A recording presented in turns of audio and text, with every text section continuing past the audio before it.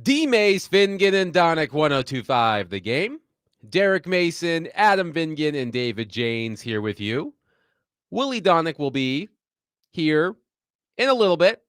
He's in Philadelphia, where the Nashville Predators will take on the Flyers tonight. Puck drop at 6, pregame at 5, right here on 1025 the game. So a condensed version of D. Mace, Vingan, and Donick today. We will pack 3 hours of fun into 2 hours. And who better to do it? Us. Think about it like, tomorrow is Halloween. Think about today's episode of DVD like a fun size candy bar. It's still delicious, just a little smaller than you're used to. It makes you want more. Oh man, are you a big bar household, Derek Mason? Do you give the full size candy bars to the kids? I am not a mini, but I'm more of a what do they call them? Travel size or family size? Bite size? No, because those are like the minis. I'm more of a family size. Okay, not the big ones, not the really small ones. They're sort of somewhere in the middle. Yeah, somewhere in the middle. So I tend to do that. Quick story, funny story. Sure. So this was back in, this had to be 2001, 2002. I was still living here, my family and I. And so on Halloween, Marcy and I took the kids to church. We're going to go to church that night because they had a bunch of festivities at Bethel. So we're like, okay, I love giving out candy. The kids love it. They love trick-or-treating. So I said, what I will do is I will put a bunch of candy in a big tub and use the honor system, right? Just use the honor system. I put a note on there. Please take no more than 2. That's it. 2 for the next guy. And I put a lot in there too, because I know kids like walking through the neighborhood that I was in. So we left and headed to church. And I got halfway to church and I was like, oh man, I left. I think I left my wallet or something. So I had to turn around because we were going somewhere after that, or I had to buy stuff there. So I turned around, and this was before, Apple Pay and all that other stuff. People didn't have Apple Pay back then. So I had to turn around and go home. I was gone no more than 15 minutes, 10, 15 minutes at tops. All that candy was gone. Every bit of it. No one follows honor code. Halloween. I stopped doing that after that time. We didn't do it no more. We didn't do the honor system. So that person, you know who you are. You know what neighborhood it was. I remember. It was Bombrook, matter of fact. As a matter of fact, yes, it was. We were living in Bombrook. I remember when I was living at home, but I was too old to go trick-or-treating. Mm-hmm. My job was to sit on the front porch and hand out the candy because my parents didn't want my dog to go nuts every time somebody rang the doorbell or knocked on the door. So I sat on the stoop, and when the kids came up, I handed them the bowl so that they could pick out some candy. And I remember this little boy coming up with his mom, and she said to him, all right, take 2 pieces of candy. And he reached into the bowl with his little hands and grabbed as many pieces of candy as he could. Clearly more than 2. He thought she meant 2 handfuls. Either way, the mom was pissed. Oh, I'm sure and she was. She reached her hand into his sack and threw the candy onto the front yard. Oh, wow. And then just said, sorry, and walked away. And then when other kids came, I said, I think there's some candy in the yard if you're looking to do a bit of a scavenger hunt.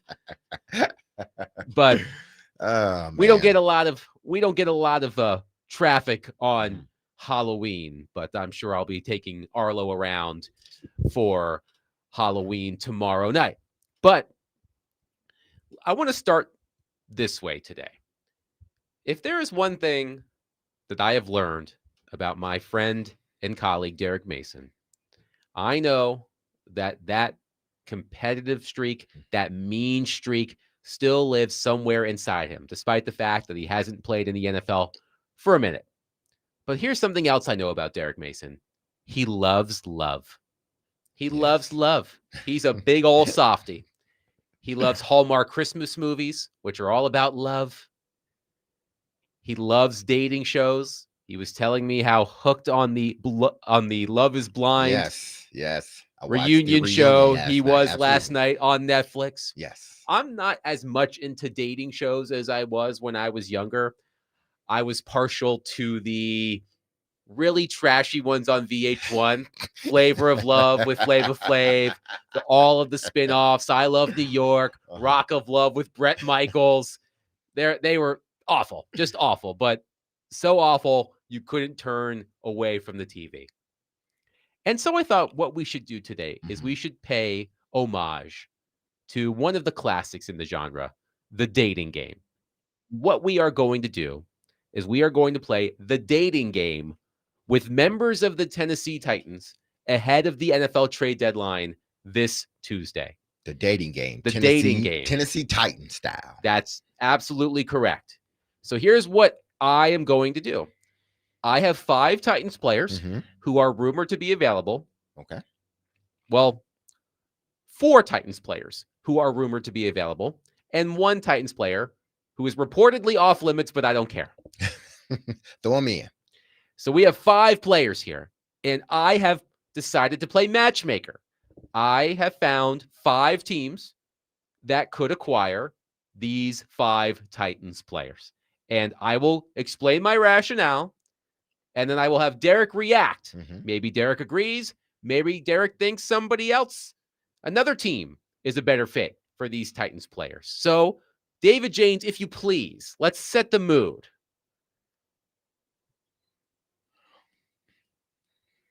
There we go. The old dating game theme song. Does this take you back, Derek Mason? Yes, it does. All right. Let's start with Chigga Conquo, the last man standing in the 2020, 2021, and 2022 Tennessee Titans draft classes. He even said so yesterday, quote, "All my friends are slowly fading away." Well, Chig, you're on your way out too, bud. And I have found the perfect match for Chigga Conquo. And he doesn't have to go very far. A little bit south. Staying in the division, excuse me. I see a match between Chigga Conquo and the Jacksonville Jaguars. Let me explain. Brian Thomas Jr. and Travis Hunter have not taken over the NFL as most people expected. I think the Jaguars need another playmaker as they battle for a wild card spot in the AFC. Jacksonville's starting tight end, Brenton Strange, is on IR with a hip injury. He can't return until at least week 11. Their current starter, Hunter Long, 19 career catches, over 5 NFL seasons with 3 different teams. So Chigga Conquo, he's been solid for the Tennessee Titans. I think he could provide the Jaguars with someone else to catch the ball as they battle for a wild card spot in the AFC. So Chigga Conquo, come on down. I see a perfect match between you and the Jags. Derek Mason, your thoughts? I don't see anything wrong with that. I think they have a chance to at least start off strong together. Now, will they ultimately get married, which means signing a new contract? I don't know. But at least the honeymoon phase will be great because for so long, or at least the last couple of years, the Jacksonville Jaguars have had a tight end that they could rely on, a tight end that posed a threat to defenses. That being Evan Ingram. Yes. And last year, I think, or the year before, he had 143. I think it was last year. He had 114 receptions. He led the team, 17 games. Year before that, I think he may have gotten injured or something like that. But this is a guy that was instrumental in the development of Trevor Lawrence as far as having a guy that he can rely on that's going to catch the ball.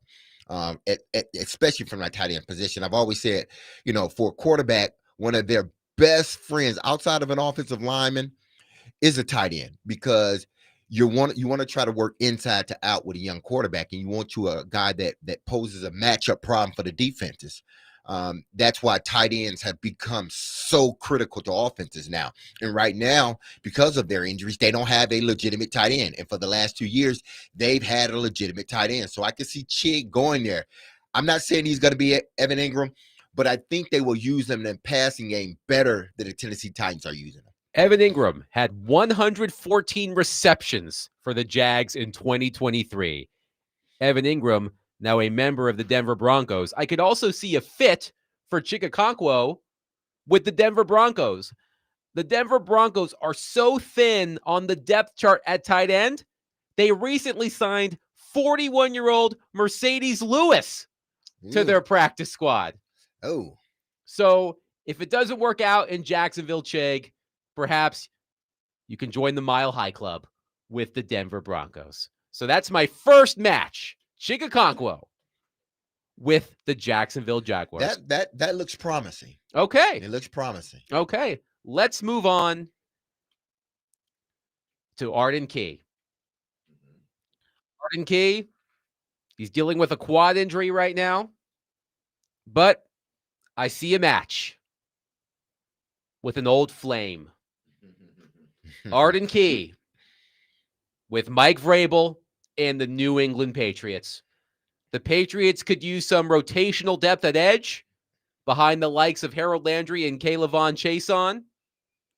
Arden Key had 6 sacks playing for Mike Vrabel in 2023.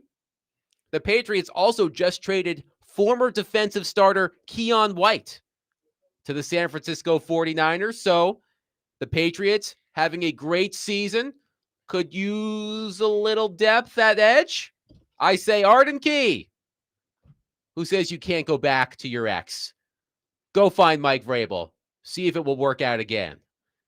Arden Key to the New England Patriots. Derek Mason, your thoughts? I can see that as a possibility. I think because he's familiar with Vrabel and Vrabel is familiar with him, look at what Harold Landry is doing. He has 5.5 sacks already. He's playing, key roles in what they're doing from a defensive standpoint. They don't need Arden Key to come in and be a sack getter. I think they would need him, like you said, for depth. Come in, and if somebody gets injured or you need a spell, you throw Arden Key in. That's a guy that he's a good player. Is he a great player? No, but he's a good player, a solid player that you wouldn't go wrong having him on your defense. But if you're looking for, a guy that's going to get to the quarterback like the Titans were looking for this season, he's not that guy. He's probably a guy not that's a guy. He's a guy that's a rotational guy, and I think he works best because when he was rotational, whether it was I think San Fran or Houston, he was a much better player. So I think he needs to be a rotational player. I think they call that backsliding when you go back to your ex. So Arden Key, backslide your way up to New England and reunite with Mike Vrabel. So far, as I am playing Titans trade deadline matchmaker, I have Chikakonkwo to the Jacksonville Jaguars and Arden Key to the New England Patriots. Coming up next on this list, Calvin Ridley. Calvin Ridley, he's dealing with a hamstring injury. He hasn't been playing the past couple of weeks, but I think we've all noticed that Cam Ward hasn't missed Calvin Ridley maybe as much as we thought. We've seen the emergence of Chimdike among the wide receivers, so I think Calvin Ridley is a bit expendable. And Calvin Ridley, he knows what it's like in Florida. He's played there. He played in Jacksonville. I'm thinking a little bit more south in Florida. Not all the way south. I'm not talking about the Miami Dolphins. Smack dab in the middle of the state. I think Calvin Ridley would be a perfect match for the Tampa Bay Buccaneers. Allow me to explain, Derek Mason. Okay. Mike Evans suffered a broken clavicle. Yes. And is going to miss most of the rest of the season. Chris Godwin has played 2 games this season. And Chris Godwin, he's injury prone. So you never know when you're going to have Chris Godwin back or what shape he's going to be in when he comes back. The Buccaneers' leading receiver last week was 7th round rookie Tez Johnson. So the Buccaneers, They're loading up for a run at the Super Bowl. I think they could do worse than Calvin Ridley. And something tells me, Derek Mason, that if Calvin Ridley gets traded to a contender, that hamstring injury will miraculously feel better. I don't disagree with you. So, Calvin Ridley to the Tampa Bay Buccaneers. Is it a match? I think this is a good match for this reason. Well, for several reasons here. You got guys that are on IR that are going to miss 4 weeks. Here's the one potential problem: taking on that contract. So when Mike Evans and those guys, what are you going to do with them? Because you like Tez Johnson, Emeka is your number one guy now. Yes, Chris Godwin is in and out. This would only be for this season with Calvin Ridley with the Tampa Bay Buccaneers. So Tampa had to look at it like, okay, what am I giving the Titans in return? Because this is only for 1 year. So, but if you're just talking about the play because of the absence, yes, because now he slides to his original spot, the 2. Because I think Emeka and Tez, they will be the first 2 looks. One, because they've been in offense, and Baker has a lot of rapport with those guys. And then 2, I just think those guys are better players. Those guys are ascending players. And he would fit perfect in that number 2 to number 3 role because he's still going to get the targets. That's the thing. This is an offense that loves to throw the football with Baker Mayfield. So this may end up being the best match. Do I hear wedding bells? Maybe think not quite. No, because he ain't gonna sign. He's not going to re-sign with the team. So That's no wedding bells. That's true. They're gonna get to the altar and say no. Let's call it a situationship. There we go. With Calvin Ridley Ooh. and the Tampa Bay Buccaneers. By the way, Teron Davenport recently reported Ridley has 2 more years left on the 4-year, $92 million deal he signed in 2024. Any team trading for him could get out of the contract if they elect to after the season, but it would cost them a $13 million cap hit. Ooh, you better be a playoff team and 1 guy away, because if you're going to get him, either you're going to keep him for the 2 years or you're going to dump him, which means you're going to lose $13 million. All right. So far, those are my matches. Chika Okonkwo to the Jacksonville Jaguars, Arden Key to the New England Patriots, and Calvin Ridley to the Tampa Bay Buccaneers. Your thoughts, 615-737-1025. Our phone and text lines are driven by WilsonCountyHyundai.com. I've still got 2 more matches to make, and I will do that coming up next. 615-737-1025. We are broadcasting from the Busy Bee Plumbing, Heating, and Air Conditioning Game Nashville studios, home of the $99 yearly Beehive membership, where the buzz is always about great service.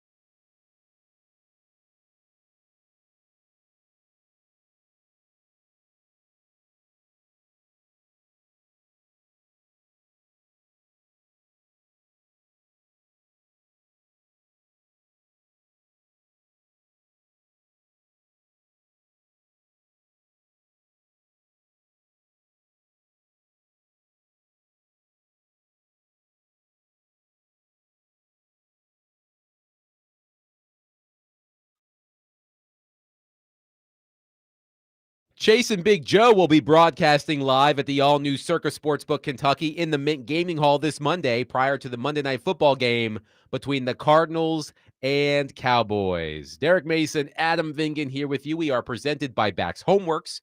Remodeling done right. Get a free estimate at baxhomeworks.com. We are playing Tennessee Titans trade deadline matchmaker. So far, I have made 3 matches between 3 players rumored to be available and 3 acquiring teams. To recap, Chigakonkwo, the last man standing out of John Robinson's last 3 draft classes. I have him staying in the division and going from Tennessee to Jacksonville. Arden Key, reuniting with Mike Vrabel in New England. I also have Draymond Jones here as well. If not Arden Key, I could see Draymond Jones being a fit for the Patriots. Draymond Jones, he's been playing well over the past 3 games. 3 sacks, 10 quarterback pressures in the past 3 games for the Tennessee Titans. So if not Arden Key, I could see Draymond Jones with the Patriots as well. And Calvin Ridley from the Tennessee Titans to the Tampa Bay Buccaneers. We'll take your thoughts on my matches. 615-737-1025. You can also suggest your own because we all love here on D. Mays, Fingan, and Donick. All right, I have 2 more, Derek Mason. Okay. And let's start with Tony Pollard. Tony Pollard's been a solid running back for the Tennessee Titans, but I think you're starting to see Tyjae Spears come into his own. So I think Tony Pollard could be expendable. And this is what I would suggest, Derek Mason. I would suggest that Tony Pollard pack a bag on his way to Nissan Stadium on Sunday and catch a flight home with the Titans' opponent, the LA Chargers. I see a match between Tony Pollard and the LA Chargers. The Chargers' top 2 running backs, rookie Omarion Hampton and veteran Najee Harris, are on injured reserve. Harris is done for the season after tearing his Achilles tendon. Hampton has been out since week 5 with an ankle injury. They have Kamani Vidal, who's been playing well, and former Titans running back Hassan Haskins. But I think the Chargers could use a little more oomph in their backfield than Vidal and Haskins to back up Hampton when he returns. So, Tony Pollard, my suggestion to save yourself a little money, pack a bag, bring it to Nissan Stadium, and just hitch a ride home with the Chargers. Tony Pollard to the LA Chargers, Derek Mason. That's a good one, because if you look at Jim Harbaugh's just career as a head coach, whether he was in San Diego, Stanford, San Francisco, Michigan, he always established the run game. That was his bread and butter. He was going to be physical. He was going to be the bully in the block. He was going to have guys that can run between the tackles, whether it was Frank Gore or someone else, or Haskins in Michigan, guys that can run between the tackles, guys that can, have yards after contact, guys that were bruisers, because look at what he did in the draft. He already had a left tackle and went and drafted another left tackle. And now he had to take that left tackle, which was playing right tackle, to move it to left tackle. He wants to run the football. And who better fits that outside of Derrick Henry but a guy like Pollard? He's not going to cost you a lot of money. He's still got good tread on the tires. And even in a bad offense, he's still somewhat of a bright spot in this offense, because you know what you're going to get when Pollard. He's going to run tough and hard and physical. And he's going to 9 times out of 10 do the right thing. That is what Jim Harbaugh wants. A guy that can do me, Jim Harbaugh. A guy that is physical between the tackles, that can make yards after contact, that if I need you to carry the ball 25, 30 times, you can do it. Pollard is that guy. You don't need to have him. He doesn't need to be your bell cow. But if you use him in a 1-2 punch, like I'm sure he will, this is a move that the Chargers make that puts them closer to where they want to be. I'm not saying he's the last piece, but Harbaugh wants to run the football and he wants to be physical, and Pollard fits that mold. The Chargers are in the ultra competitive AFC West. And The they need Broncos are 6-2. any edge. The Chargers and Chiefs are 5-3. So again, my suggestion for Tony Pollard, my match, the LA Chargers. So just That play may the be game. better than the Calvin Ridley one. Oh. So Tony Pollard, my suggestion, just hitch a ride home with the Chargers. I'm sure they have an extra seat on that plane. Just head off into the sunset with the LA Chargers. And finally, Jeffrey Simmons. I don't care that the Tennessee Titans have said he's off limits, reportedly. We all want what we can't have, right? We've all been there. We all have that love, that unrequited love. But you know what? Maybe someone is willing to open their hearts and their wallets to Jeffrey Simmons. So, although the Titans are apparently dead set on not trading Jeffrey Simmons, I'm throwing him in here anyway. And Jeffrey Simmons, I hope you have a nice down jacket, a parka perhaps, because where you're going, it gets cold. Jeffrey Simmons, I see you making sweet, sweet love with the Buffalo Bills. The Buffalo Bills lost standout defensive tackle Ed Oliver to a torn left biceps. The Bills have also been hit hard with other injuries at DT. Former Titans defensive tackle Daquan Jones is out with a calf injury. Rookie defensive tackle TJ Sanders is out with a knee injury. The Bills, they've been so close. They've been so close to winning the Super Bowl. Or, well, they haven't even made the Super Bowl, but they've been so close to at least getting to the Super Bowl.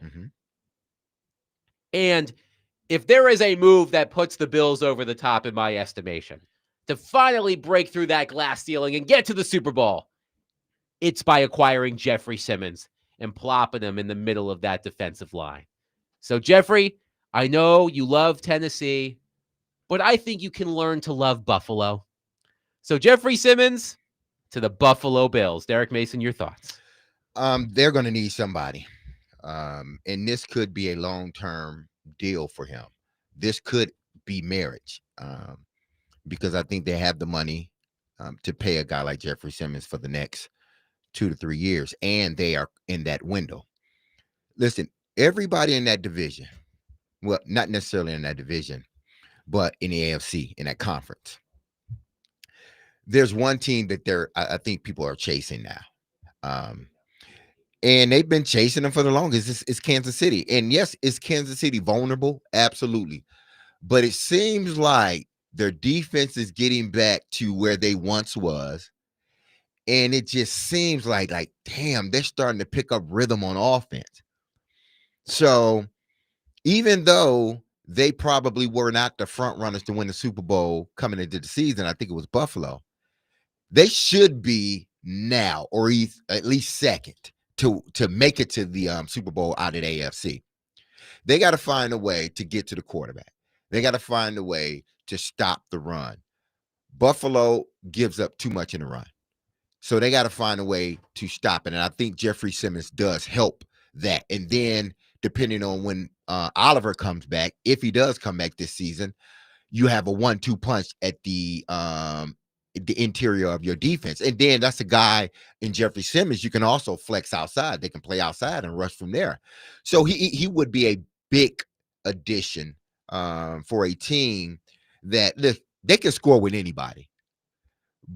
But stopping teams from running the football, that's been their problem. So if they were to get a guy like Jeffrey Simmons, I think it would put them in a position where, from a defensive standpoint, they feel a little bit more comfortable, because all of this points to the Kansas City Chiefs. Everything points to the Kansas City Chiefs. Why? Because Kansas City is starting to gear up on offense. They're doing it through the pass, and they're throwing it through to the run. Now, so you got to be able to stop one, if not both. And without a Jeffrey Simmons or an Oliver, you might as well just try to outscore them, because you're not going to stop them. So those are my 5 matches. Chig Okonkwo to Jacksonville, Arden Key to New England, Calvin Ridley to Tampa Bay, Tony Pollard to the LA Chargers, and Jeffrey Simmons to Buffalo. We'll take your thoughts. 615-737-1025. Matt on our text line says, I sent this to you 3 days ago. Chargers down to third running back. Couldn't we get something good for Pollard? Well, first of all, Matt, my apologies for not seeing this 3 days ago. Great minds think alike, I suppose. That was my rationale. My rationale for Tony Pollard because of the injuries at running back. And it is my understanding that Willie Donick has joined the program. Hello, Willie. Hello, guys. Hey, Willie. Sorry to join you mid-segment here, but yeah, I have joined into the they're calling that the Halloween Spooktacular. Ooh, here, I like and that. you know the Flyers have the colors for Halloween, so this is a perfect night to be playing them. So it's very spooky here. Willie, while you were gone, we were playing Tennessee Titans trade deadline matchmaker. And I want your thoughts on the 5 matches I made between 5 Titans players and their potential new homes. And if you need explanation for my moves, I will give them to you. I'm sure I'm going to need an Chigga explanation. to Jacksonville, Arden Key to New England, Calvin Ridley to Tampa Bay, Tony Pollard to the LA Chargers, and Jeffrey Simmons to the Buffalo Bills. Okay, are these Christmas gifts? Is there any compensation for the Titans here? We hadn't discussed compensation. I know you love to get in the Christmas spirit before Halloween and Thanksgiving are over.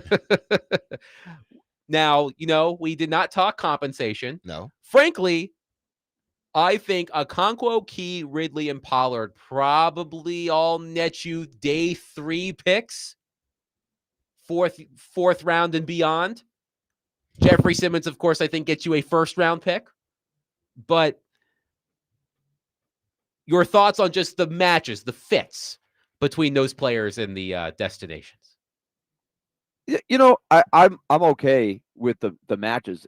If I don't think the Titans are in a position to worry about, hey, I don't want to trade a guy within the division or within the conference. I think sometimes that is something to take into consideration. But I think you want to get whoever's going to give you the most.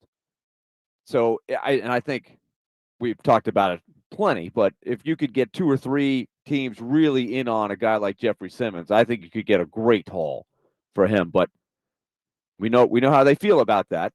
But tell me your explanation, Adam, as to why you chose those teams. You think those teams have a need at those positions? Yes, to give you a sample. I mentioned Tony Pollard. My suggestion was that he pack a bag and just leave with the Chargers on Sunday because the Chargers will be here taking on the Titans at Nissan Stadium. The Chargers are down their top 2 running backs, Omarion Hampton and Najee Harris. Hampton is expected to return. Harris is out for the season with a torn Achilles. As Derek explained, a Harbaugh coach team loves to run the ball. I think that Tajay Spears has emerged and perhaps could make Tony Pollard expendable. Yeah, I agree with you. I do think what the texter just threw in there is a valid point. Like, you have to be aware that your number one priority is to support Cam Ward, and you can't leave him completely hanging. They've got to have some. They've got to have something to let him go to battle with so he can survive. One texter says, why are you guys giving away all the players? Well, the Titans are bad, and that's what bad teams do. They give away all of the players at the trade deadline, which is Tuesday. I want to know how D-Mace feels about Pollard, because he has been a pretty good supportive player. He's a pro, and I do think you're going upstream without a paddle if you're taking one of his paddles out if you take Pollard. Yeah, so it's got to be good compensation to me. It really better be worth it. I mean, you're not going to get no more than maybe a 4th round pick for him. I think in that case, you make the deal. Maybe it's a deal where it contingent on how many snaps he plays. If they make it to the playoffs, yada yada, it goes up, whatever. That can be, I'm sure that can be put in the trade. But I just think he's a good player, But at that position, I think now that I've seen Spears more, but the only problem with Spears is he can get hurt next week. And Yep. then you're out of a bat, or you got to go to Chestnut, which I think Chestnut, if he is the starting, or if he is getting more time, I think Chestnut can run the ball effectively. Is he your long term starter? No, he's not. He's just for the moment. But I do believe if you choose to trade away Pollard, I don't think it would be a giant step backwards if you put Chestnut and Spears in, because if Spears get hurt, whether you have Pollard or not, you still got to go get another back and elevate that back or whatnot. So if you can get something for him, and it could rise to a higher pick depending on his playing time, then I'm making a move, because I've seen enough of Chestnut to know that he can be temporary for the remainder of this season and not a long-term fix. And I'll say this: I have, if I'm a team and I'm trying to win some playoff games and get in the mix here, I would love Pollard. Pollard, he's a great heady player. He's a pro. He'll pick up your offense. He can block. In terms of blitz pickups, he can be a really good third down back. And as we've seen, he's probably, he's a passable, tough runner. You want the tough yards. He's not a breakaway guy, but he would be a really nice role player for somebody. 615-737-1025. We will take your thoughts on my trade deadline matches for the Tennessee Titans. But coming up next, we'll switch gears to college football. Mitch Light of The Athletic will join us. That's coming up next. Willie Donick, Derek Mason, Adam Vingan, 1025 The Game.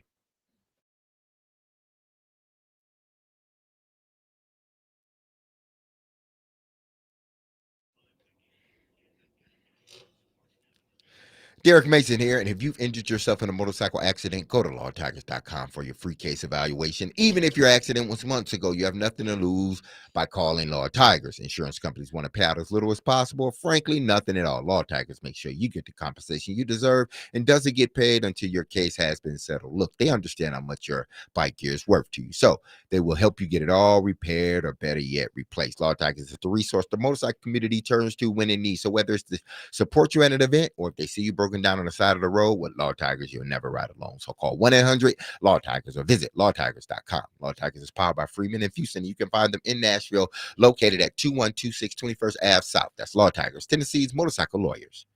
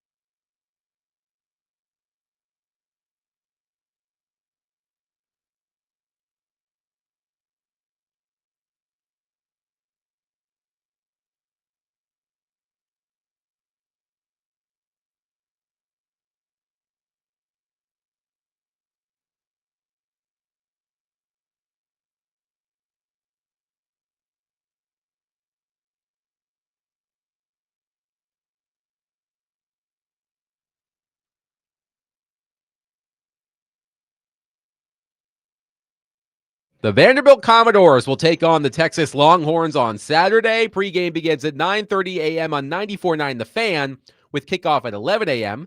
Vanderbilt football is brought to you by Gary Force Acura, Jimmy Kelly Steakhouse, and Smoky Mountain Tops. Willie Donick, Derek Mason, Adam Vingan here with you. Please be joined on our phone line, driven by WilsonCountyHyundai.com, by our friend Mitch Light of The Athletic, as we look ahead to another busy weekend in college football. Mitch, which of the following SEC teams has the most to lose on Saturday? Vanderbilt, Texas, Oklahoma, or Tennessee? I would probably say the loser of the Oklahoma-Tennessee game, because that would be a third conference loss, which knocks you out of pretty much everything. I guess there's an outside chance Oklahoma, with its schedule, possibly could be a college football playoff team, but I would say those two teams. Texas would be a third loss, which would not be good, obviously, a home loss. But one of their losses to Ohio State. So I would say the winner of the Oklahoma-Tennessee game is still in very solid shape. The loser is it's going to be on the outside looking in. Now, Mitch, two questions here. One, when will or who will be the next head coach fired? And then two, outside of Lane Kiffin, because obviously he's going to be the hottest name. Whether he stays at Ole Miss or not, he's still going to be the hottest name. Outside of him, who gets a job first that is currently unemployed that just got fired? For the next coach fired, I don't think they would do it during the season, but I fear for the head coach at your alma mater. Yes. They may do it during the season. Derek has been calling for the firing. They may do it during the season. I'm hoping. Okay. Yeah. By all accounts, a good guy, but we're not in this business for good guys, Derek. We're in this game to win. We're in this to win games. And how'd you like Joe Rexrode, former Michigan State beat writer, big time national guy, comes swooping into town last week, shows up for one game and writes a column that the coach needs to get fired. Big time. I'm sure he probably shook a few hands and, gave him his New York Times business card, big time to everyone. Hey, listen, when Magic Johnson and Rex Rose say something, things are going to happen. Exactly. For the next, I think James Franklin, there's not too many, I think your question was unemployed coaches. There seems to be a lot of James Franklin, Virginia Tech smoke out there. And I think that would be a fantastic fit. In fact, one of our writers, Grace Rayner, wrote a really good column about that. He might have his sights set a little higher, but I think James Franklin would kill at Virginia Tech. One of his strengths at Penn State has been recruiting the state of Virginia. Like, part of the reason Virginia and Virginia Tech have struggled is if you go look at the state recruiting rankings, Penn State signing like 3 of the top 5 kids every year from that state. So he's obviously got good relationships there. And I think Virginia Tech, in this landscape, they appear to be more financially committed than they've been the past few years. I think they could quickly jump to the top of the ACC and start competing for championships. Now, because listen, Brian Kelly, he did a good job at Notre Dame, but he ended up leaving and taking the job there at LSU, and they hoped for big things, but it didn't happen, and they ended up firing him a few years later. What is the thought on Brian Kelly around the country as far as other coaches or people that you talk to? Because it seems like he's a good coach, but not good enough to win and win at the level that they're expecting him to win at. Yeah, I think he's a good coach. I think he's not considered a good guy, not like a bad person, just kind of a jerk. And more of a, just not a relationship builder. And we've done many stories here at The Athletic talking to former players who just never felt like they had that connection with the head coach, which in some regard you would think could make him a good fit. Not a good fit.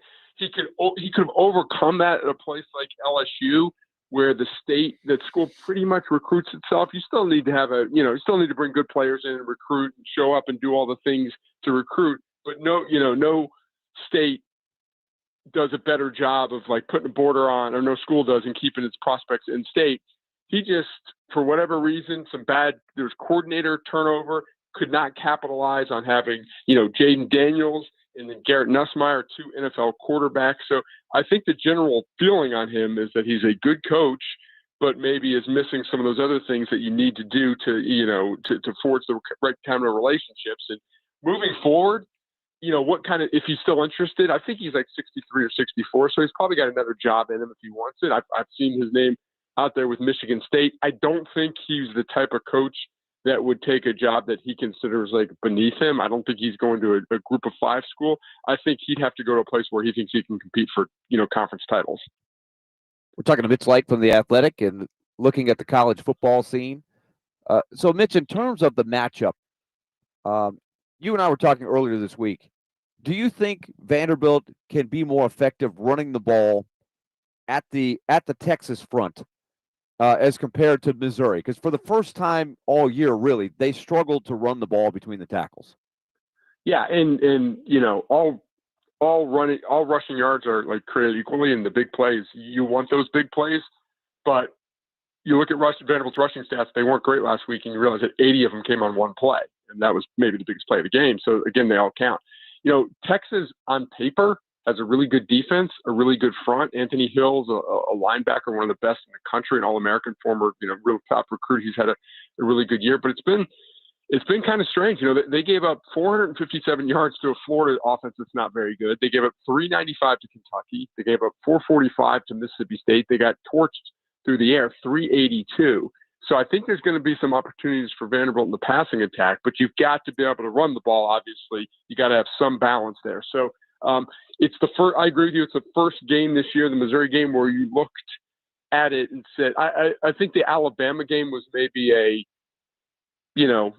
was Alabama better at the line of scrimmage? Maybe a little bit, but if you didn't think Vanderbilt, there was any kind of mismatch there by any stretch, and I thought Vanderbilt controlled the line of scrimmage against LSU. So I thought the Missouri game was the first time where Vanderbilt's offensive line looked like it lost the battle, so to speak. So I'm interested to see if that was any kind of, and Missouri's good up front, but was that sort of a technique issue? Is that a coachable thing, or is it just those guys were better than Vanderbilt's guys? So, again, on paper, Texas is a team that can give Vanderbilt some problems up front. And then Vanderbilt on the outside, I think last year around this time, and part of it was because they were playing tougher teams, but they've got some tough opponents coming up. They started to really struggle to get the ball outside of the numbers in their passing game. I think they've played some defenses, correct me if I'm wrong, that I think are pretty strong at corner, but it seems like Vanderbilt needs a little bit more from Richardson and Sherrill to open things up. Yeah, I think that's fair. They have been, I heard that critique after the LSU game, and I would have countered and said, well, they have 400 yards and they scored 4 touchdowns in LSU and ended the game at the 1-yard line. So I think at the end of the day, it doesn't really matter how you get your yards and your points, but common sense also says you've got to be able to spread the field, and your tight ends are more effective if your guys out wide are more effective. And they got a little bit done. There's that long pass to Trey Richardson down the sideline where he made that great catch on review. But yeah, I think they would like to get those guys more involved.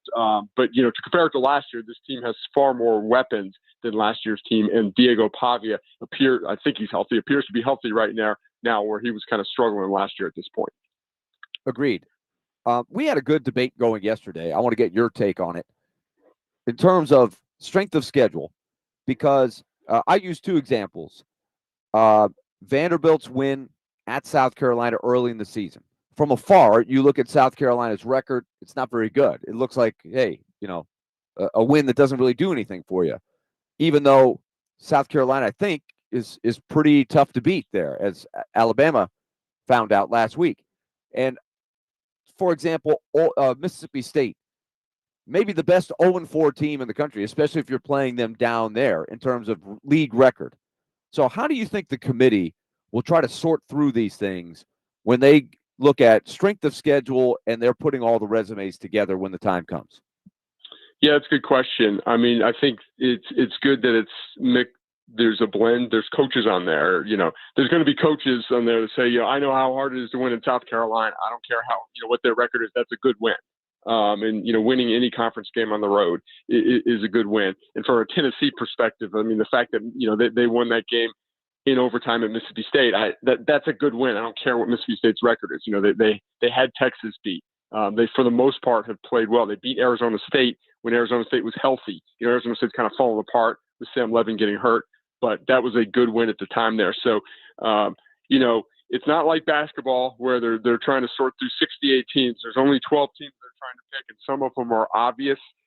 So, I trust that they sort through. They have all the data, and there's numbers. There's different strength of schedule methods and numbers and all that. But I think the committee they know kind of what the deal is about how difficult it is to win on the road.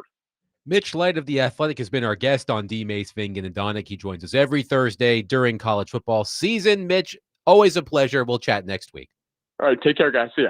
615-737-1025. The Nashville Predators are back in action tonight, a 6 p.m. puck drop against the Flyers. Elliot Freeman, Sportsnet NHL insider, will join us coming up next to talk about the Predators and the league overall. 615-737-1025. If you're looking for a great spot for a pregame before the Titans take on the Chargers at Nissan Stadium, may I suggest stopping by John Bon Jovi's and having a pregame with 1025 The Game. JBJ's has the best food on Broadway, cold beer and cocktails, and stunning skyline views, including 2 epic rooftops. The pregame show is brought to you by Tennessee Brew Works and Old National Bank.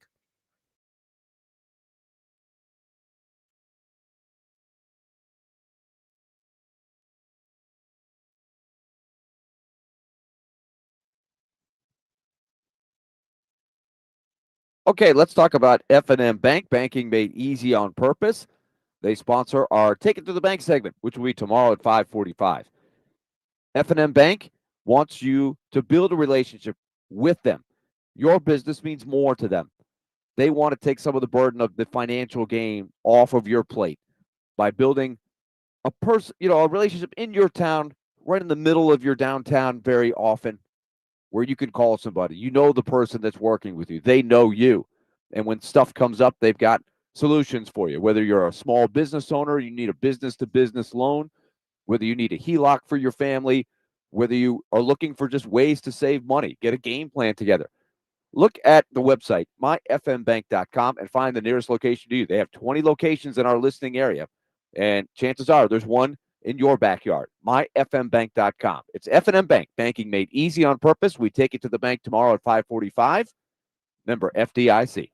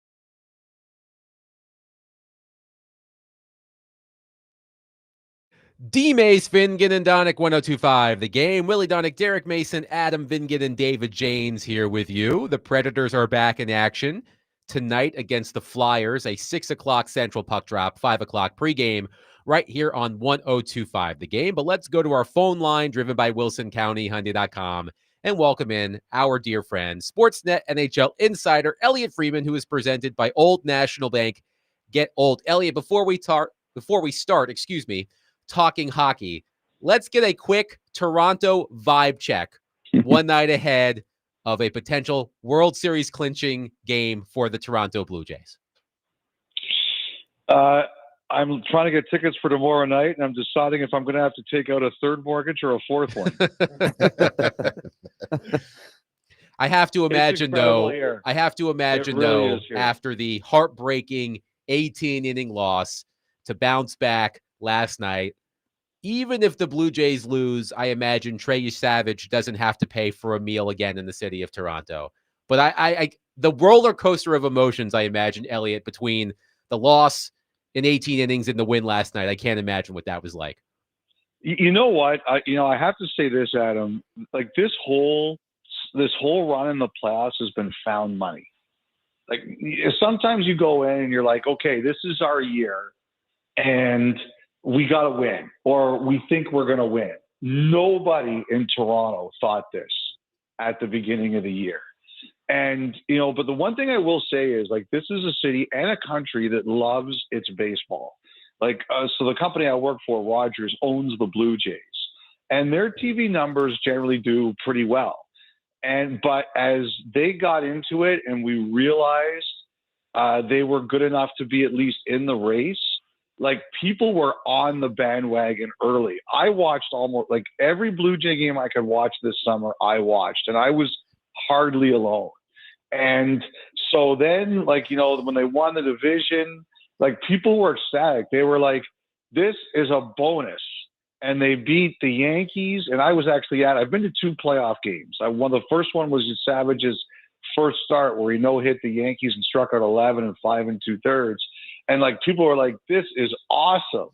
And, then they beat Seattle and this is awesome. Like the fact that they're here, like honestly, people were disappointed they lost that game. And there were a lot. And like I went on the air the next day on my regular hit, my hockey hit, and the 2 hosts, Mike Puda and Matt Marchese, they both fell asleep, and I like trashed them. I said, how can you guys be doing a show in this city and fall asleep during that game?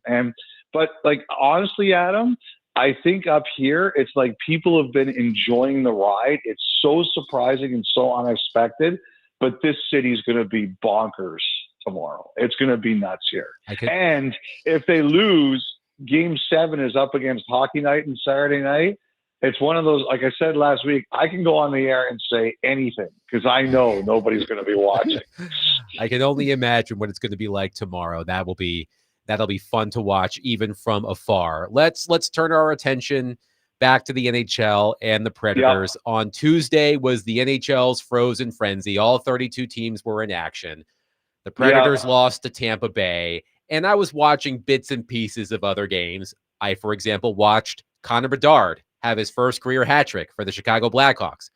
I watched the Utah Mammoth play a great game against Edmonton. The Mammoth lost, but they're still atop the Central Division. And as I'm watching all of these games, and more specifically the teams in the Predators division, Elliot, I'm wondering if the Predators will soon be the bottom feeders of this division. Chicago seems to be figuring it out. Utah looks great. Perhaps the Mammoth are ahead of schedule, but they've been building for this for a long time. How concerned should the Predators be that they may be the bottom feeder in the Central Division for years to come?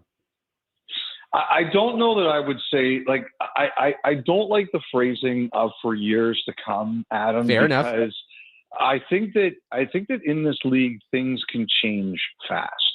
And, we've seen a lot of teams that we thought had staying power and they were awful or didn't last. And we've seen other situations where, we thought teams were going to be terrible for a long time and they really got going. But like the one thing I do see is that, we up here, we've been on Calgary. Calgary is a team that's never allowed itself. The Calgary team, they had a playoff drought. I think it was 8 years around the turn of the century. And they had a playoff drought that was about 5 years, about 15 years ago. And they are scarred by that. This year, they play hard. They just don't have the natural goal scoring. Like, they never cheat you on effort. They just can't score. And one of the things I've been saying is, they don't believe in, they do not believe in tanking. And I said, I think that the worst thing that they could do is do a short-term fix. This is a great draft. They've got multiple picks. The hardest thing to find is scoring. The easiest place to find that is the top of the draft. I think if Calgary has to let it naturally occur, they shouldn't look for short-term fixes. I actually think the same thing about the Predators. Brady Martin, he didn't last this time, but that's fine.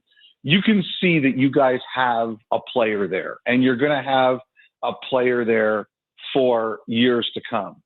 I think if it happens naturally and you get to a situation where you have to say, look, we're going for another one of these studs at the top of the draft, I think Nashville's going to have no choice but to do it. The one thing I think you guys have as an advantage, and believe me, I know people don't like hearing this, especially people who run teams.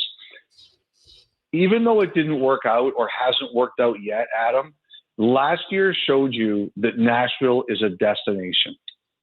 Don't ever forget that. Don't ever forget that. And that one is not working out as anyone hoped. And I think that if you have to sit there and say, okay, we'll take the high pick again this year, even though it's not what we want, you have to do it unless some unbelievable deal drops on your lap that I don't see coming. You have to do it, and you have to say, look, if it means we reload with another young stud, that's what we're going to have to do. Elliot, as I look at the Predators roster, the one player who stands out, who could help the Predators get some solid assets if they go down that route, is Ryan O'Reilly. He's off to a good start. He's a center. We know how hard those are to find. He's a proven winner, all of those things. I recall you last season reporting that the Predators were treating Ryan O'Reilly as if he had a no trade or no movement clause in his contract, although he does not have either of those in his contract. Do you think they're approaching this season the same way with Ryan O'Reilly? If this season goes sideways and people call about Ryan O'Reilly, do you anticipate Barry Trotz treating O'Reilly the same way you reported he did last season? Yes, I do. I do see that. You cannot muck around with veterans like that unless Ryan O'Reilly was to do something so egregious that the Predators say we don't owe this guy any respect anymore, which I don't see happening, Adam, then yes, I do expect that to be the case. Now, there is a slight difference this year than last year, and that's purely the time of his contract. Last year, he had 2+ years to go. This year, he has 1+ year to go in his deal. I always wonder, does that change at least the player's opinion about his future in any way, shape, or form? But I have no reason to believe that the Predators will treat it any differently. And I also think that, and I still do think there will be interest in O'Reilly when and if the time comes. Last year they asked him about Toronto. I don't think he was crazy about that idea. He'd been there, done that. He chose Nashville for a reason. I believe that a team like New Jersey would covet a player like O'Reilly. He's a player that they have had some interest in for a long time. But I think there would be others. But as far as I'm concerned, they are treating him the same way. Now, Elliot, watching this team and getting an opportunity to watch other teams, especially during the Frozen Frenzy, hockey just looks a little bit different when I watch those teams, the better teams this season or even last season, than what it does here in Nashville. And I know we're talking about they need more goals, they need more goal scorers, but is it that simple for this team at least? I know other teams may be in different situations or whatnot, but for this team, is it as simple as they just need more goals, or is it more complex than that? I mean, the short answer, Derek, is you're right. They need more goals, but as you know, it's always more complex. Like when I see the Predators, they're just not as quick as some other teams. And to me, quick, Derek, is two things. It's number one, how quick you are on your feet, but it's also two, how quick you move with the puck, right? Like, do you move, like if maybe you're not the fastest team, but do you move the puck quickly? Like when you're going up and down the ice, is the puck getting there quick before the D can set up? I just don't, like, a lot of teams in the NHL when they're struggling, they look slow. And I think that especially when Yossi's not in the lineup, because he can do so many incredible things, whether it's skating with the puck or moving with the puck. I think that's an issue. And as I think everybody knows, the Predators are still trying to find that great distributor. They got a lot of great finishers up front, but they don't have a lot of great distributors. And I think that just at times, I think that's the thing that, like, this is a fast league, Derek. Tempo matters, whether it's with your feet or how you move the puck. And there's just a bunch of teams right now that are quicker than the Predators are. And I think that's probably what you're seeing. Elliot Friedman is with us. So, Elliot, along those lines, tell our listeners what they'll be seeing with Philadelphia. They have a familiar face coaching in Rick Tocchet. Yeah. Predator fans certainly remember him when he was behind the Vancouver bench. And the first thing that leaps out to all of us stat-wise is that they have done what a Rick Tocchet team usually does well, and that's defend. Yeah, he wasn't happy with his defense core in the preseason. He didn't like how a lot of them played, and I think he kind of put a lot of them on notice, Willie. But I think also as a group, they've kind of defended better. Now, I think the thing, too, is they just played – it's going to be interesting because they just played a really emotional game. They played Pittsburgh during that night, and that's their big rival. And the league is better when Pittsburgh and Philadelphia hate each other. It's just a better place. And boy, did they hate each other the other night. The Philly's got a couple of really interesting, talented guys. One of them is Trevor Zegras, who they got from Anaheim. He was right in the middle of all the fighting at the end of the overtime the other night. They've got Matvei Mishkov, who was a first-round pick a couple of years ago, a supremely talented guy that they're kind of always battling with over, how he plays and just becoming a more effective two-way player. They've got some real young offensive talent on that team they are really trying to cultivate. And so, but the thing is, like Philly's kind of where, like, some teams find it dangerous. We lost Elliot Friedman there. We will work to get him back. But, Willie, why don't you finish Elliot's thought? You are preparing to call the game between the Predators and Flyers. So in your preparation, what stands out to you about the Predators' opponent tonight? Well, I think the thing that we'll be watching for is Trevor Zegras.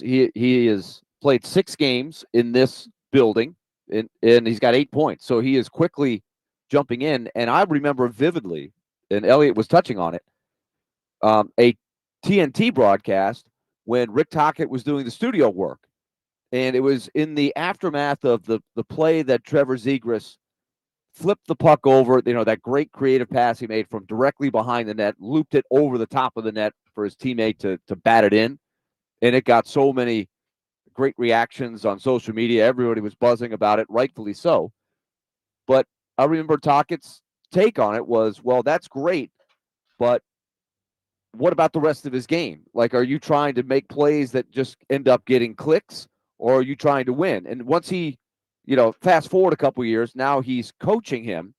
He asked him basically that same question. But he seems to have come a ways. And it looks like Tocchet, who is certainly not afraid to take away ice time or and whatnot, he's demanding. It looks like Zegras is adding layers to his game. So I'm looking for that tonight. Let's welcome back in Elliot Freeman. Sorry about that, Elliot. The Dodgers fans, they got to the show. They wiped me out. A Mookie Betts fan. No, you know what from it is? Nashville. I think the concern with the Flyers and the Predators are probably looking at this is like that's a team that kind of tore it down. You know, they traded their franchise player Claude Giroux, and it's tough to get back. And they've been accumulating young pieces, and like we said, they've got some good young players there. But it's that climb. It terrifies teams, and I think that's like Philly is. They look like they're on their way back. They look like they're in the right direction, but it's a challenge to get there. Elliot, you touched on Utah, but I know on your podcast you went into a little more detail, and it does look like after all of that, and you've talked about this process over and over. It seems to take forever. But is the light going on there? Are you thinking they've even made a bigger jump than you anticipated before the season? I think the hardest jump, Willie, to make in this league is the jump from like 20 to 12. Because 20 is out of the playoffs and 12 is in the playoffs. I think like they've been right there for a couple of years now. They just missed.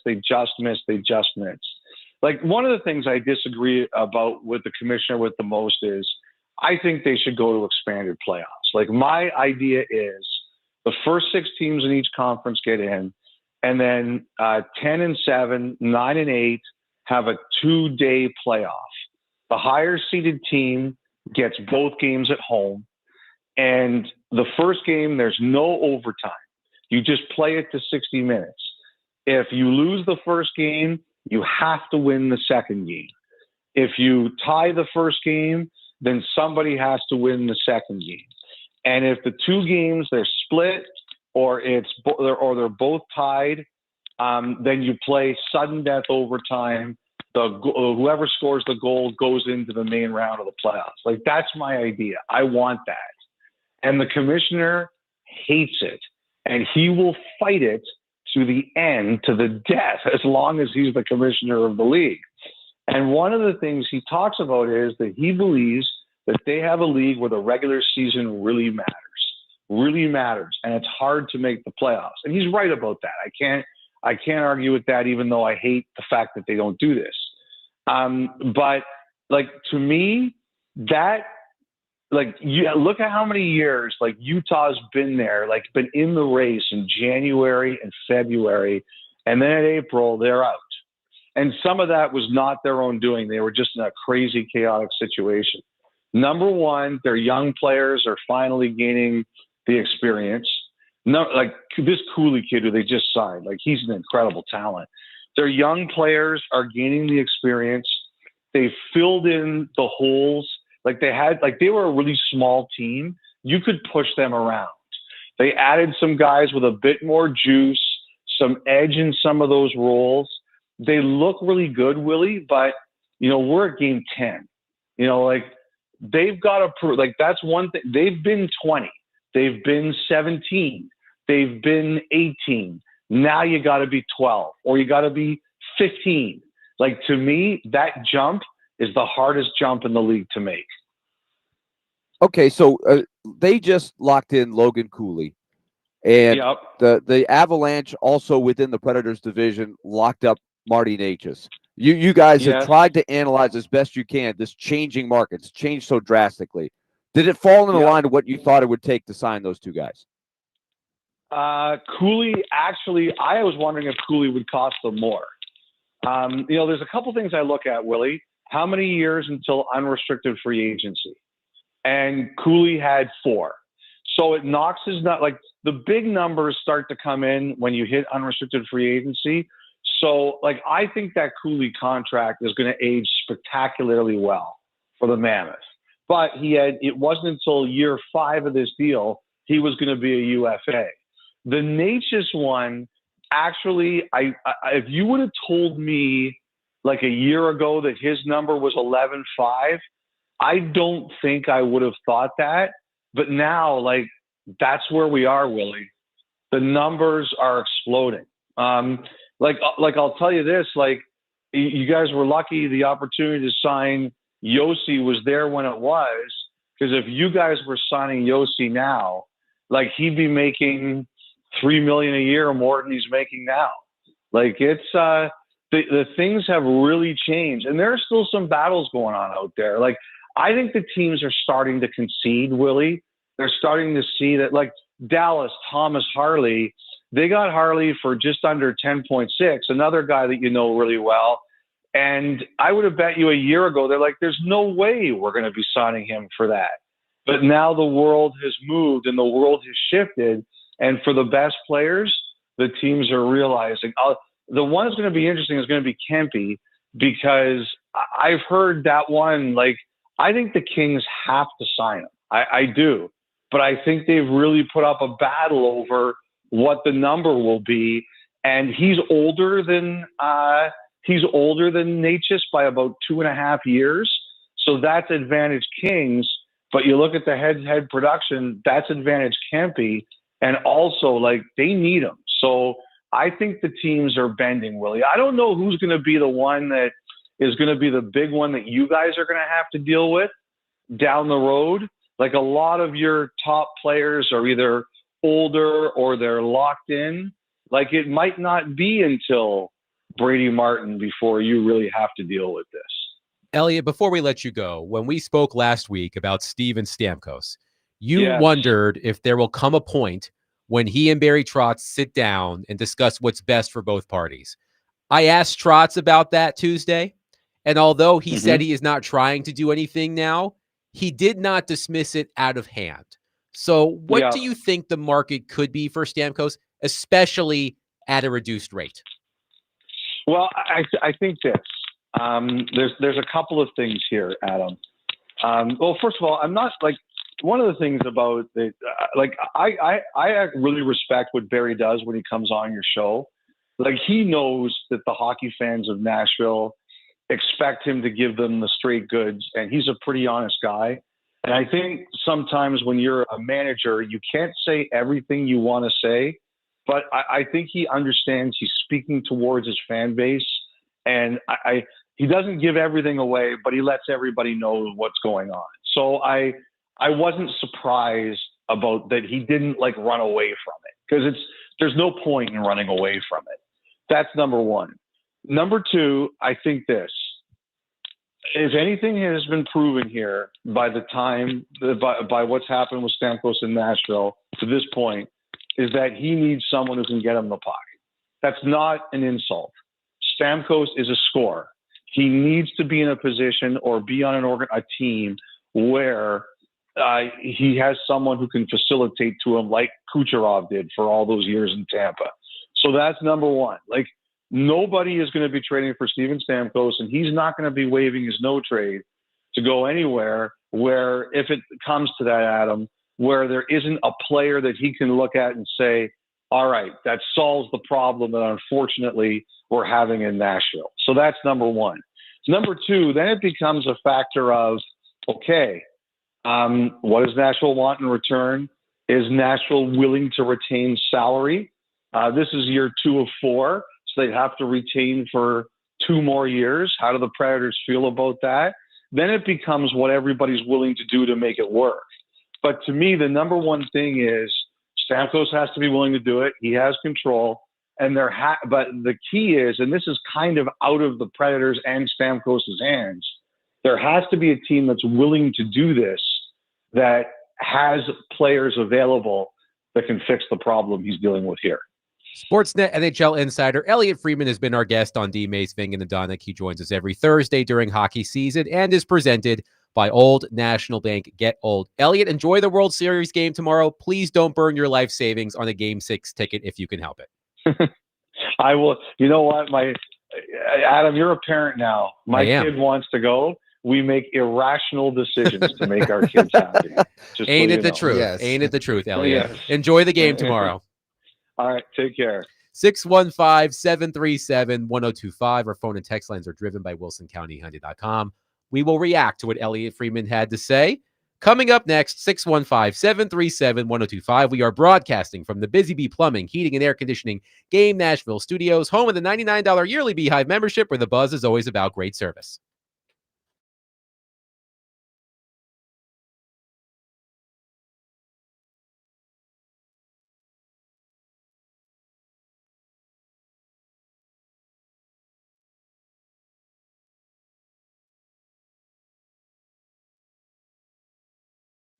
Okay, let's tell you about Loan Pronto. Remember, Loan Pronto is an A-plus rated business with the BBB, and they have nearly 2,500 five-star Google reviews right now. So this is a company that I talk about all the time, but those ratings should tell you a lot with how they conduct their business. So right now, there's no better place to get help when it comes to getting yourself in a better position with your mortgage rate, because mortgage rates have been down. So call right now at 615-499-5780 and find out, A, where your mortgage rate is right now and how much better they can improve it, because they can save you hundreds of dollars a month.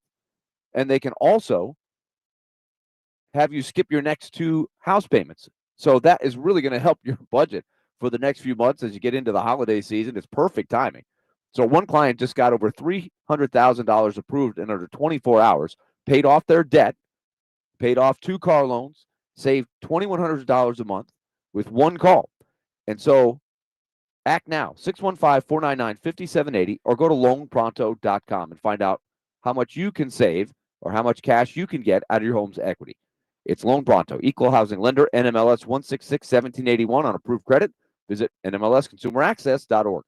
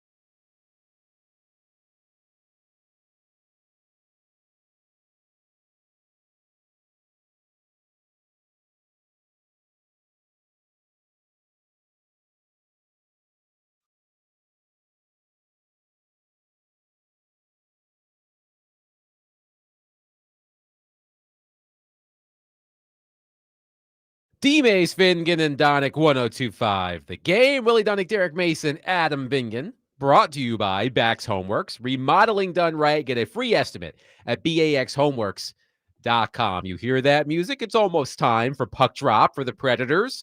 A 6 p.m. Central Puck Drop tonight in Philadelphia against the Flyers. Pre-game coming up in roughly 25 minutes with yours truly. So I'm going to stick around and talk more hockey.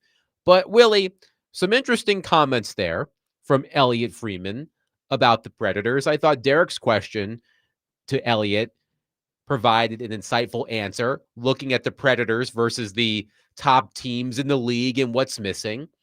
But I think people around the league are starting to ask the question, what's going on with the Predators? I even heard Elliot Freeman's old running buddy, Jeff Marek, on his new show with Greg Wyshynski, friend of the station. He was on with Chase and Big Joe earlier.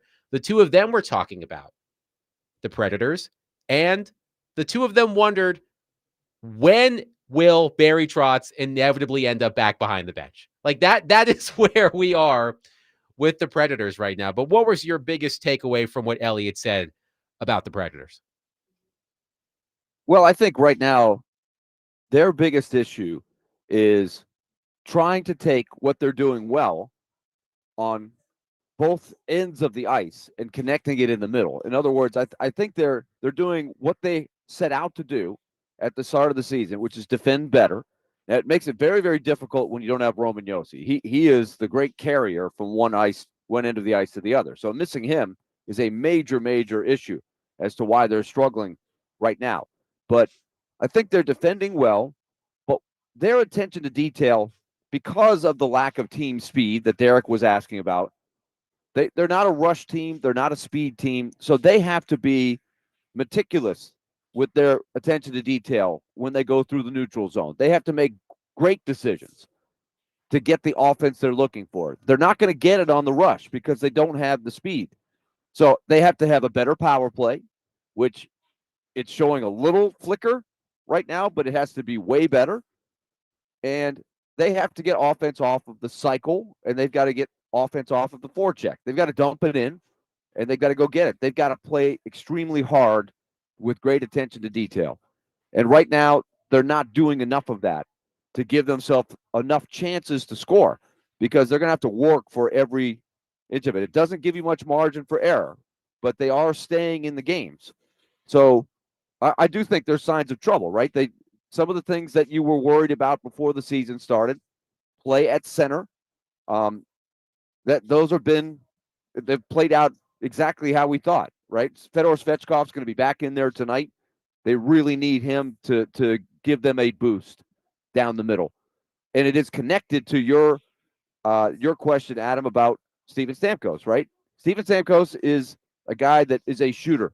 You got to get him the ball. You got to, get him a ball at the 3-point line. He's a guy that can shoot, but you have to have a distributor, and they have not figured that part of it out yet. Is Steven Stamkos playing at center again tonight? No. Okay. He will be playing on the wing. I think that's better. Eric Halla, Stamkos. Stamkos, and Marchessault now will be a line, and you will have Svechkov with Michael Bunting and Matt Wood. Evangelista goes up on the front line, the top line, with Ryan O'Reilly and Philip Forsberg. So they're going to try to align it that way. The Predators have been trying everything to get Steven Stamkos going. New line mates seemingly every night. And right, but it's not just him. We're putting it all on him. Everybody's got to be better. Understood. Honestly. Understood. But he's the big name, right? He's the one that has 1 goal in 11 games. He's shooting, I think, 4%, which will pick up because he's not that bad. He's not going to score 1 goal on every 25 shots. But I think with the Predators struggling a little bit, they have scored 2 or fewer goals 8 times in 11 games. That leads the NHL. He's a household name. He grabs headlines. If things continue to go sideways for the team, he is going to be the talk about the Predators around the league. Yeah, but at 35, I think that there's a lot of other issues. I want to see a lot of the other players get better. I think for the Predators' concern, it's much more about Evangelista taking another step forward, Svechkov taking another step forward. Can some of these really young players, right now it's Wood, can they give them something? Right? That's long term really the issue. It's not as much Stamkos, but Stamkos is the Hall of Famer with the big name. So I understand nationally, league wide, why people would be centering in on him. But I think the team game is really what they've got to find. They've got to find that connectivity, that attention to detail on the little things, because they have to be great with that if they're going to be successful. And by the way, they're playing a very tight defensive team tonight that hasn't been giving up anything. They've given up 23 goals in 9 games. So this would not appear on the surface on paper to be an easy team to break out of an offensive slump against. Willie, we will let you get to your broadcasting duties. We will see you back here tomorrow.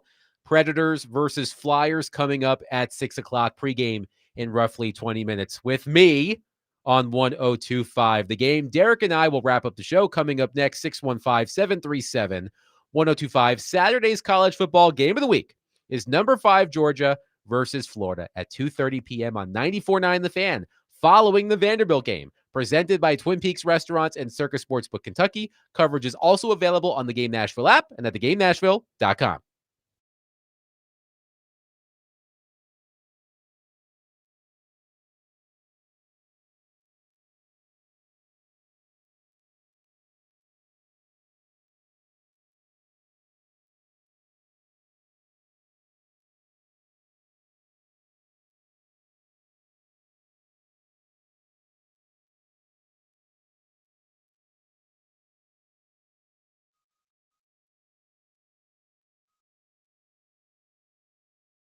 Derek Mason here. If you've injured yourself in a motorcycle accident, go to lawtigers.com for your free case evaluation. Even if your accident was months ago, you have nothing to lose by calling Law Tigers. Insurance companies want to pay out as little as possible, or frankly, nothing at all. Law Tigers make sure you get the compensation you deserve and doesn't get paid until your case has been settled. They understand how much your bike gear is worth to you, so they will help you get it all repaired or better yet, replaced. Law Tigers is the resource the motorcycle community turns to when in need. So whether it's to support you in an event or if they see you broken down on the side of the road, with Law Tigers, you'll never ride alone. So call 1-800-LAW-TIGERS or visit lawtigers.com.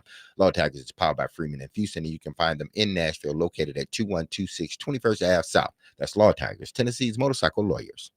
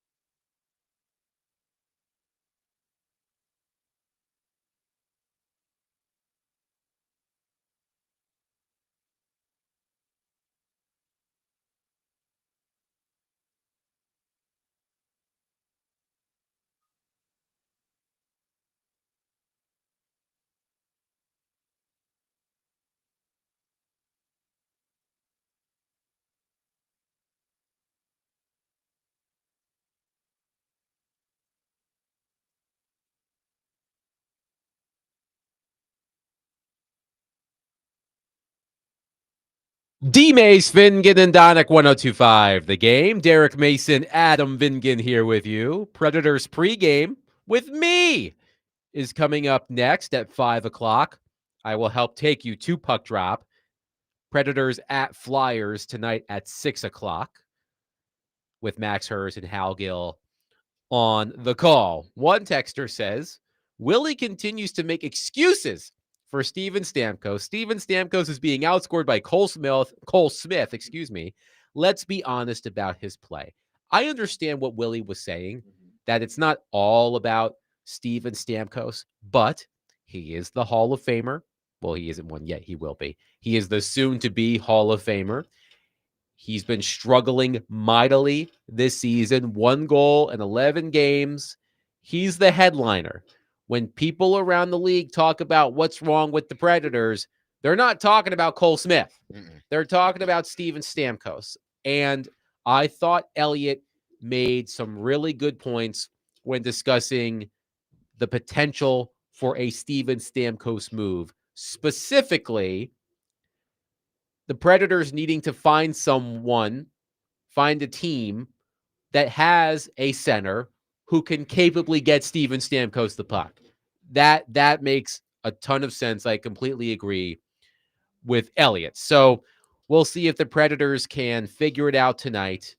They have scored 2 or fewer goals in 8 of 11 games. That leads the NHL. They went 2-3 on their 5-game homestand.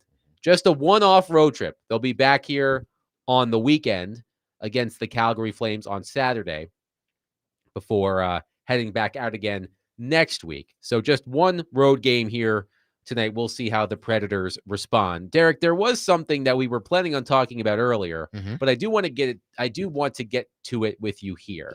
So earlier we played Titans trade deadline matchmaker. ESPN.com had a story earlier this week looking at the trade deadline from the perspectives of every team in the NFL. And in each section, there was a deal that one of the ESPN analysts suggested for each team.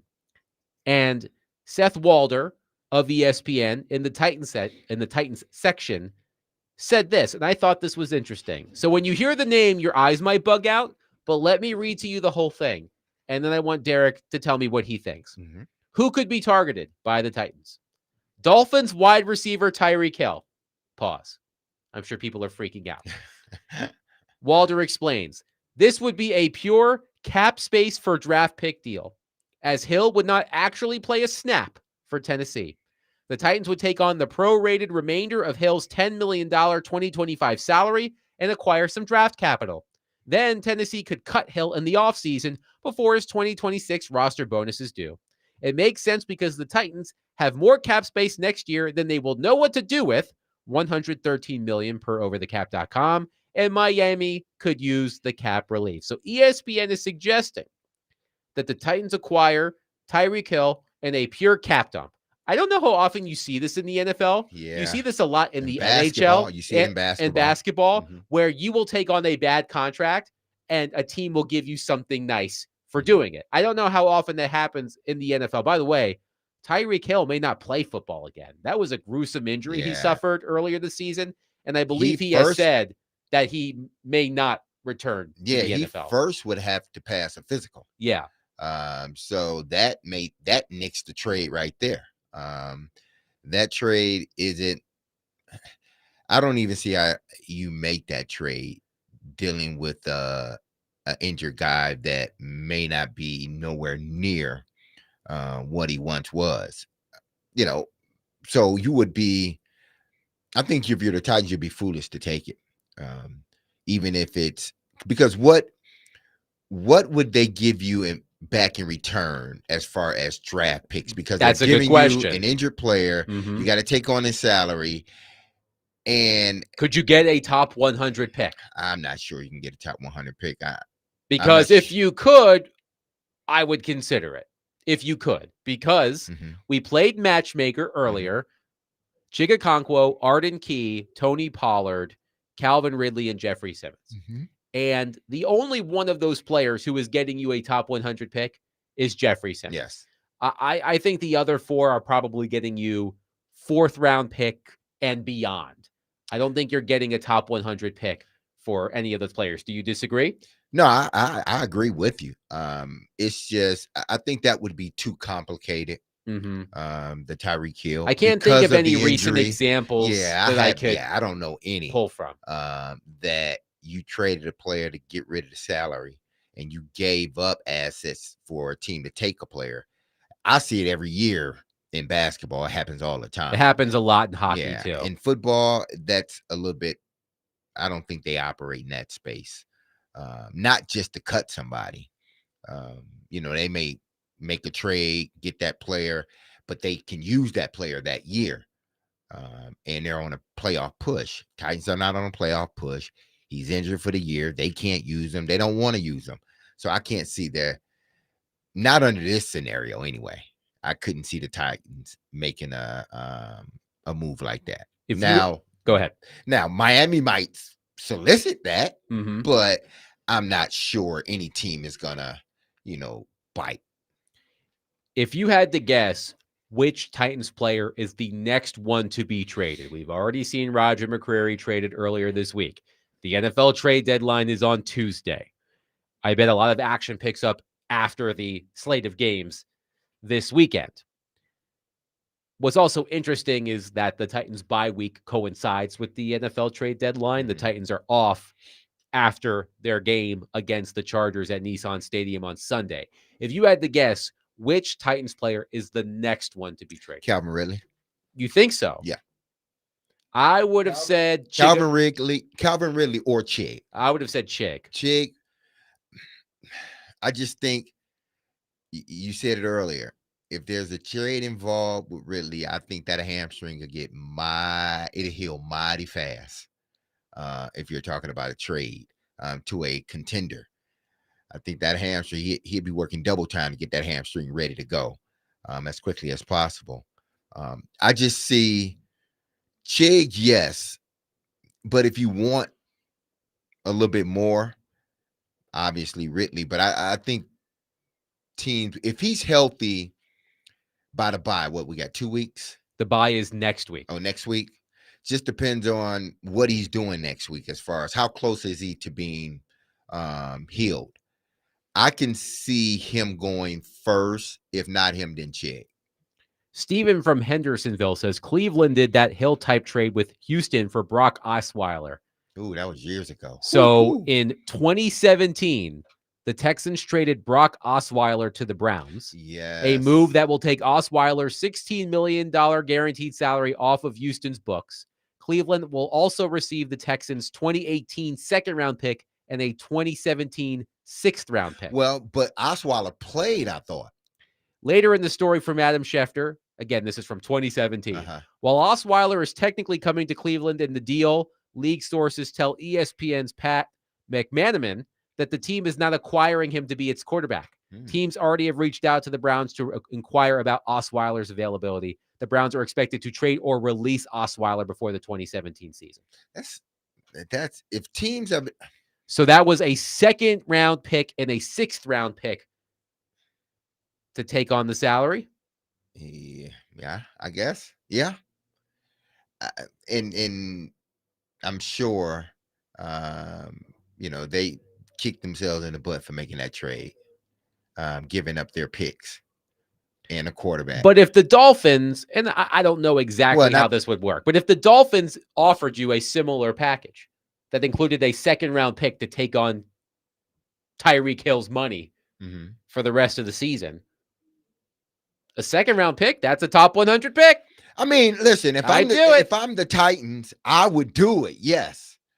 But I'm not the Titans. I know you're not. If I'm getting a second-round pick, I have to take on the money, which I can then dump. Yeah, give me the second-round pick. I'll take him, dump him. But I'm not sure the Titans would do that.